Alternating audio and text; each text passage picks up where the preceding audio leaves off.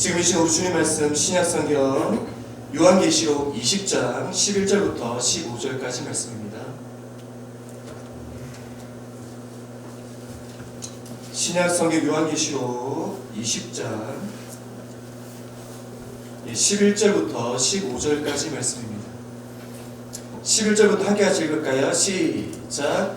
또 내가 크고 흰 보좌와 그 위에 앉으신 이를 보니 땅과 하늘이 그 앞에서 피하여 간데 없더라.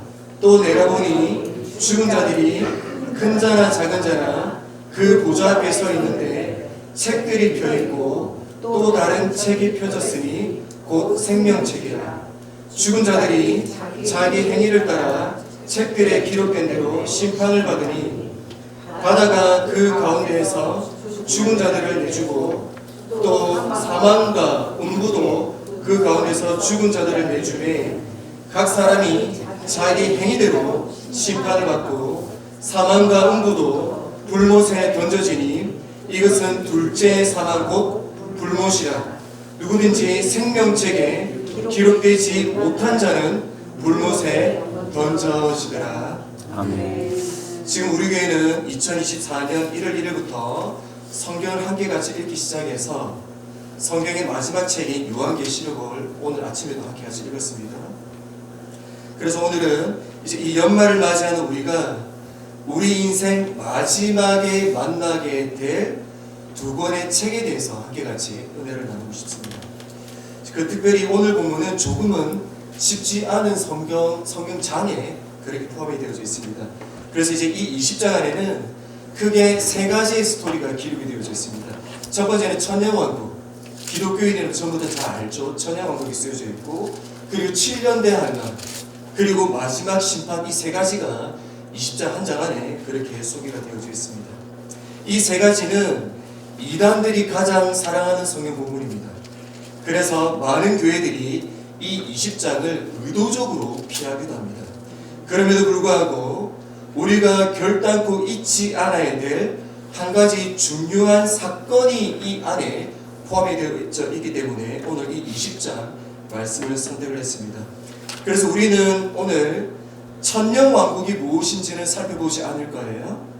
그리고 대환란이 무엇인지는 살펴보지 아니할 것입니다. 그러나 우리의 죽음 이후 우리 앞에 실제로 일어나게 그 실제적인 사건, 그 마지막 심판을 함께 같이 살펴보려고 합니다.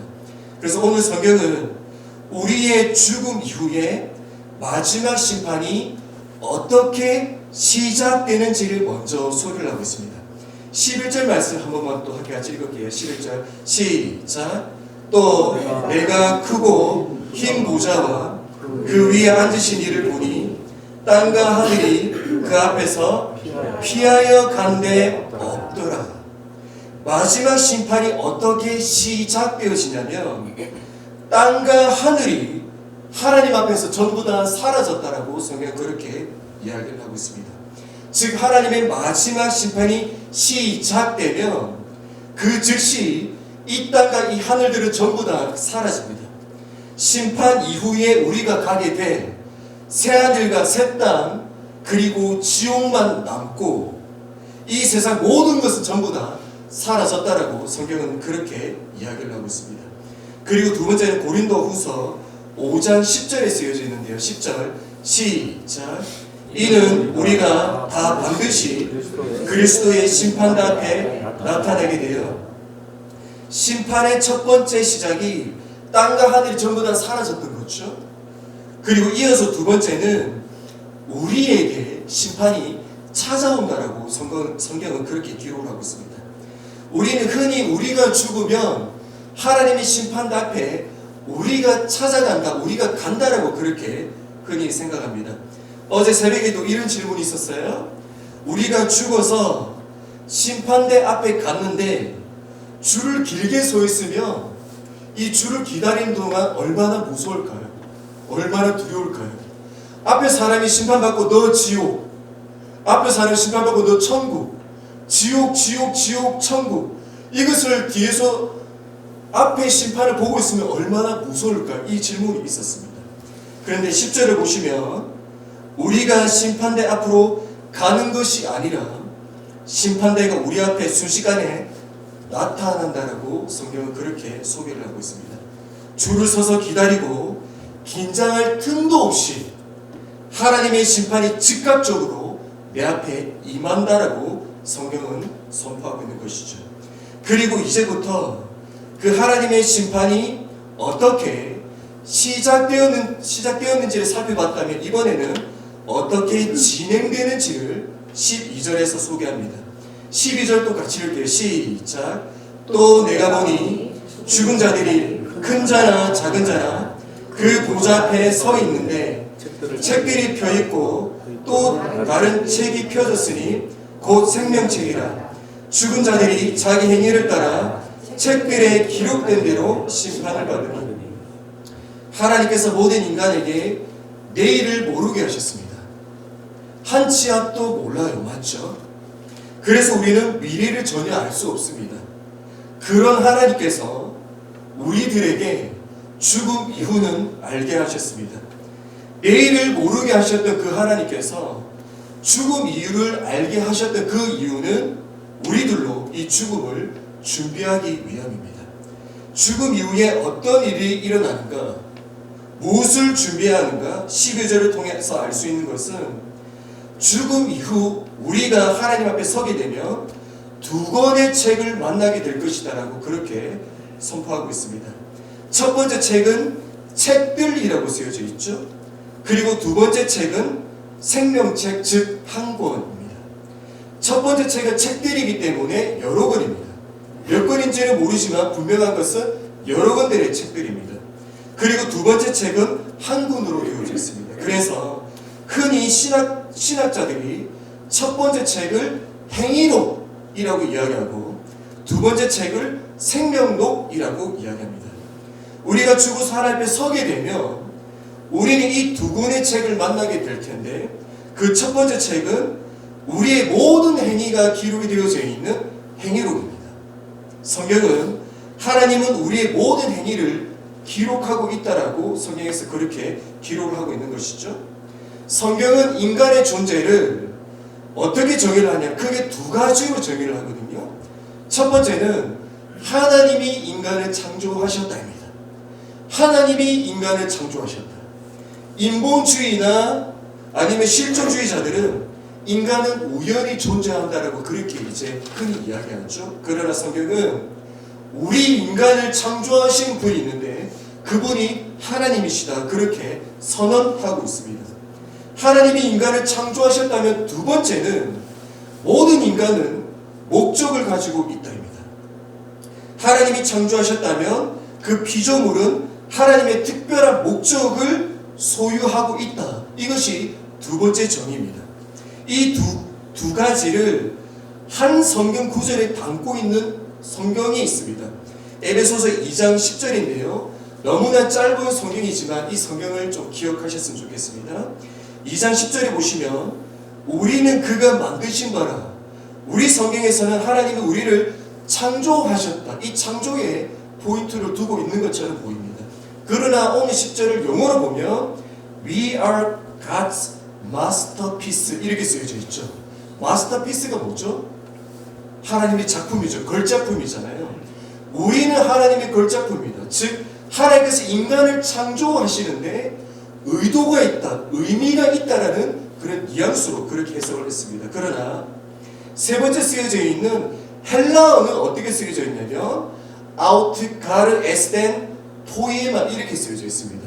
우리가 전부 다 모르는 단어예요. 전부 다 괜찮습니다.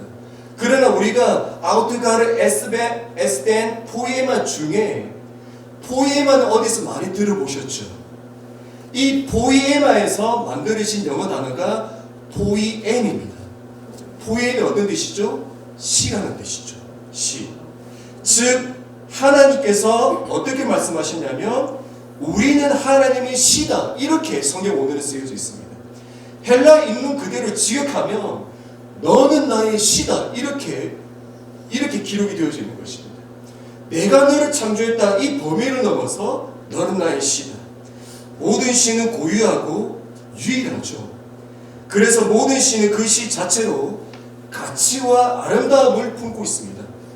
쉬운 예로 윤동주 씨와 김소월 씨 중에 어떤 시의 수준이 더 높나요? 이렇게 질문하면 안 되죠. 모든 시는 전부 다 각자가 가지고 있는 고유의 특별한 아름다움이 있기 때문입니다. 윤동주 씨와 김소월 씨 중에 어느 시가 더 비싼가요? 우리가 이렇게 질문할 수 없습니다. 왜냐하면 그 시가 가지고 있는 그 존재와 가치는 전부 다 다르기 때문이죠. 각각의 시의 아름다움은 유일하고 특별하기 때문입니다. 오늘 성경은 하나님이 나를 창조하실 때 마치 시처럼 지으셨다고 말씀하십니다. 이 뜻은 하나님께서 한꺼번에 막 찍어내듯이 대량 생산하듯이 우리를 창조하신 것이 아니라 나를 고유하고 유일하게 창조하셨다, 그 말씀을 하고 있는 것입니다. 이 말은 하나님이 나를 창조하셨고 나에게만 주어진 특별한 목적이 있다는 것입니다. 하나님은 그렇다면 행위롭게 내가 하나님 앞에 서는 그때 하나님은 행위롭게 무엇을 기록하셨을까요? 하나님께서 내가 하나님 앞에 올 때 하나님은 분명히 행위록을 내 앞에 드러내실 텐데 하나님의 행위록 안에는 어떤 것들이 기록이 되어져 있을까요? 나의 모든 삶의 시간을 전부 다 기록할 것입니다. 성경에 나와 있어요. 그러나 하나님은 우리를 창조하신 그 이유와 목적을 중심으로 이 행위록을 기록하셨을 것입니다. 그 이유가 요한계시록 14장 13절 때문입니다. 우리 14장 13절 가실 때요. 시작. 또 내가 들으니 하늘에서 음성이 나서 이르되 기록하라. 지금 이후로 주 안에서 죽는 자들은 복이 있도다 하시매 성령이 이르시되 그러하다. 그들이 수고를 그치고 쉬리니 이는 그들의 행한 일이 나름이라 하시라. 알렉산더 대왕 아시죠? 이 알렉산더 대왕이 이제 큰 땅을 차지했던 유명한 왕이기도 하지만 이 왕만큼 유명한 것은 지혜자입니다. 왜냐하면 이 알렉산더 왕의 스승이 아리스토텔레스였죠. 우리가 잘 알고 있는 철학자 그 사람입니다. 이 아리스토텔레스로부터 배웠기 때문에 이 알렉산더 대왕은 굉장히 지혜로운 사람이었는데 이 알렉산더 대왕이 30대 초반에 죽게 됩니다.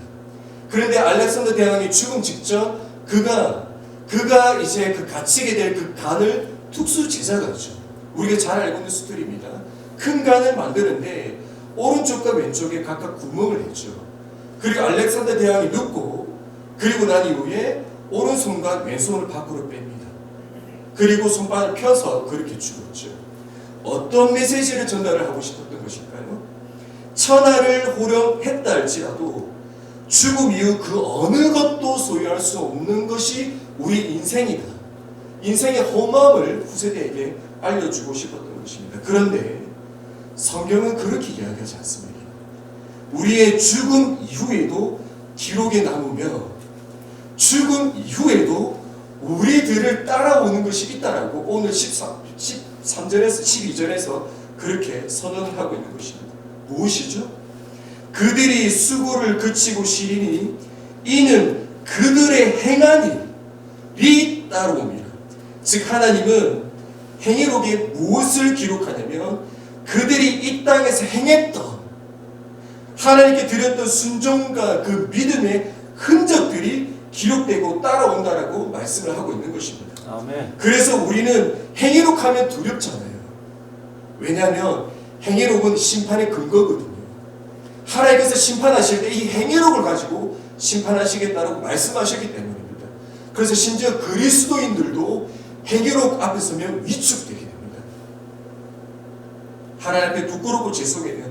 왜냐하면 나의 모든 삶이 주님 앞에 죄인이기 때문이죠. 심지어 우리는 이 행위록 때문에 하나님을 오해하기도 합니다. 마지막 심판 때 하나님은 마치 이 행위록을 봐야지 나의 삶을 아실 것처럼 하나님을 오해해요. 그런데 그분은 이미 나의 모든 것을 다 알고 계세요.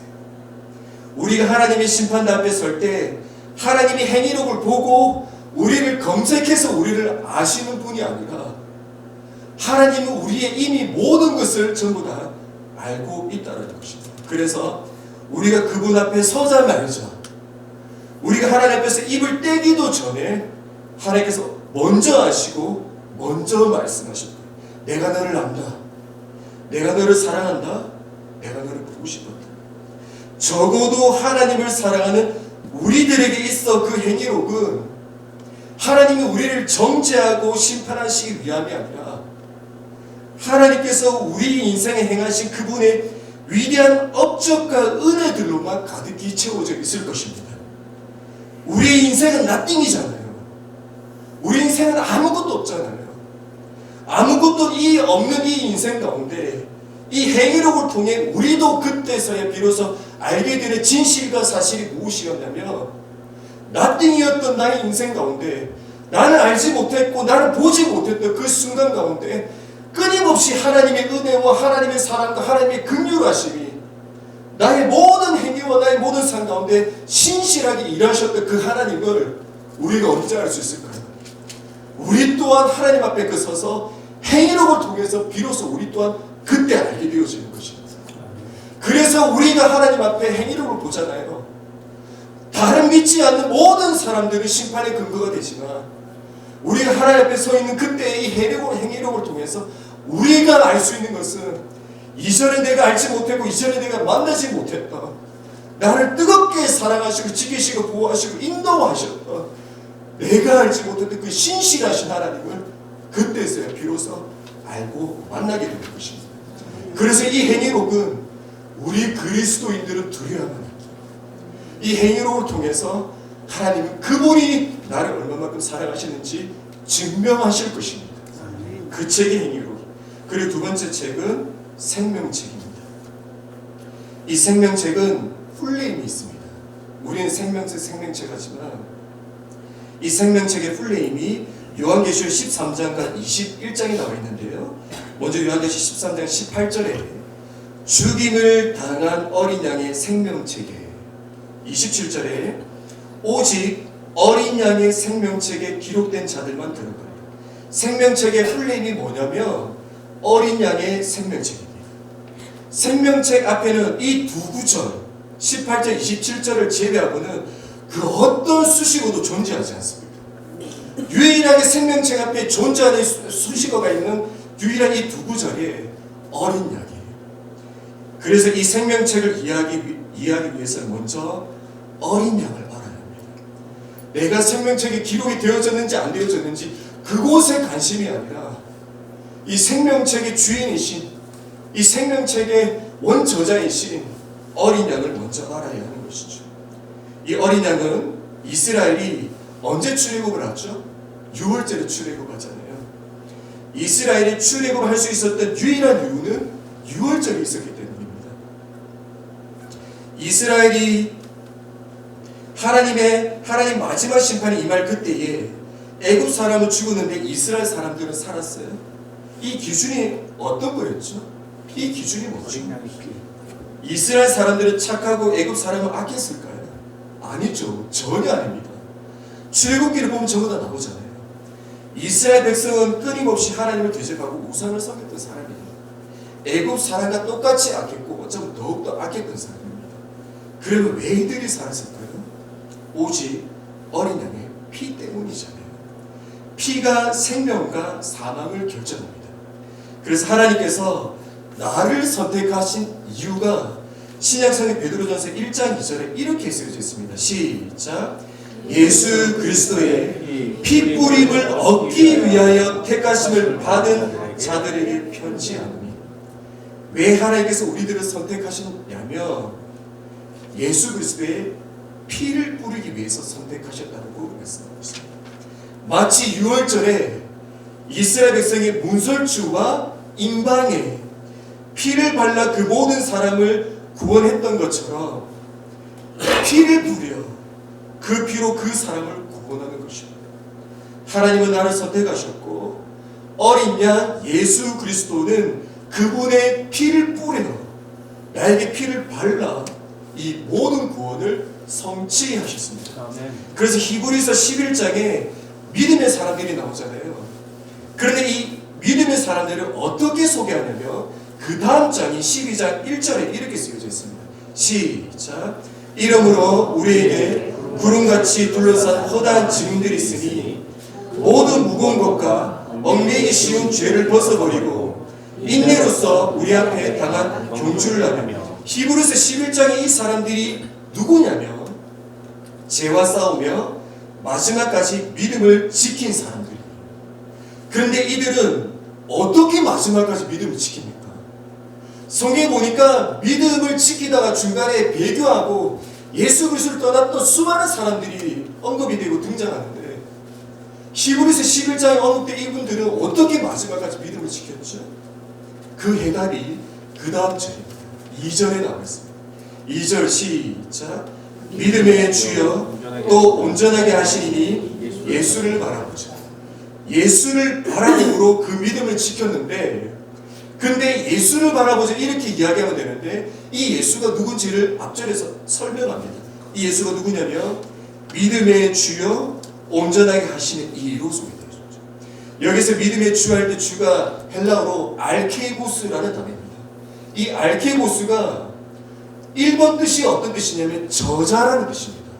2번이 작가예요. 주라는 뜻이 있는데 저 밑에 있습니다. 그래서 만약에 이 알케이고스를 가장 많이 쓰는 대표적으로 해석을 한다면 믿음의 저자, 믿음의 작가입니다. 즉 믿음의 작가여 그 믿음을 온전하게 하시는 이 예수라고 소개를 하는 거예요. 우리가 보는 모든 드라마의 주인공이 죽고 사는 것은 오직 그 작가가 쓰는 대로 이루어지죠. PD와 스태프들이 아무리 열심히 해도 최선을 다해도 그 주인공의 생사화복에 1%의 영향도 미칠 수 없습니다. 그 모든 것을 결정하는 것은 이 모든 스토리를 기록하는 작가에게 달려있는 것이죠. 오직 작가가 결정하고 오직 작가가 그 모든 스토리를 완성합니다. 우리 인생에도 이 작가가 있다라고 오늘 성경은 말씀하고 있습니다. 그 작가는 우리의 믿음을 시작하게 하시고 그리고 이 믿음을 완성하게 하시는 분이십니다. 그분의 이름이 예수 그리스도입니다. 그분의 이름을 알며 그분의 보혈의 공로를 믿는 자들의 이름이 어린 양의 생명의 책에 기록이 되어지는 것입니다. 아멘. 그래서 생명책에 집중하시면 안 돼요. 우리가 이 성경 보잖아요. 내가 이 생명책에 기록이 됐는지 안 됐는지 전부 다 여기 집중합니다. 하나님께서 오늘 이 말씀을 주신 이유는 생명책에 기록되어져 있는데 그 말씀에 집중하라는 뜻이 아니에요. 이 생명책을 기록하는 그 어린 양 대신 예수 그리스도에게 집중하라고 말씀하고 있는 것입니다. 그리고 또 하나는 생명책 앞에 서 있는 나의 모습에 집중하시면 안 돼요. 감히 내가 어떻게 내가 그래서 예수님이 오신 것입니다. 그래서 예수님이 나를 선택하신 것입니다. 오직 이 구원을 시작하시고 완성하신 내 인생의 믿음의 작가이신 예수 그리스도 그분만을 바라보는 것입니다. 하나님의 심판 앞에 서는 그날에도 우리의 어린 양 되신 예수 그리스도 그분만을 바라보는 것입니다. 왜냐하면 그분이 시작하시고 그분이 완성하실 것이기 때문입니다. 그래서 천국은 오직 은혜로 시작해 은혜로 맞춰진 사람들만 모여있는 곳입니다. 아멘. 우리를 선택하시고 새 예루살렘까지 우리로 인도하실 그 예수 그리스도를 바라봄으로 마지막까지 믿음으로 믿음의 승리를 누리시는 우리 주의 백성들 되시기를 예수님의 이름으로 축복합니다. 아멘. 함께 같이 기도하기 전에 먼저 이 찬양 같이 하십시오.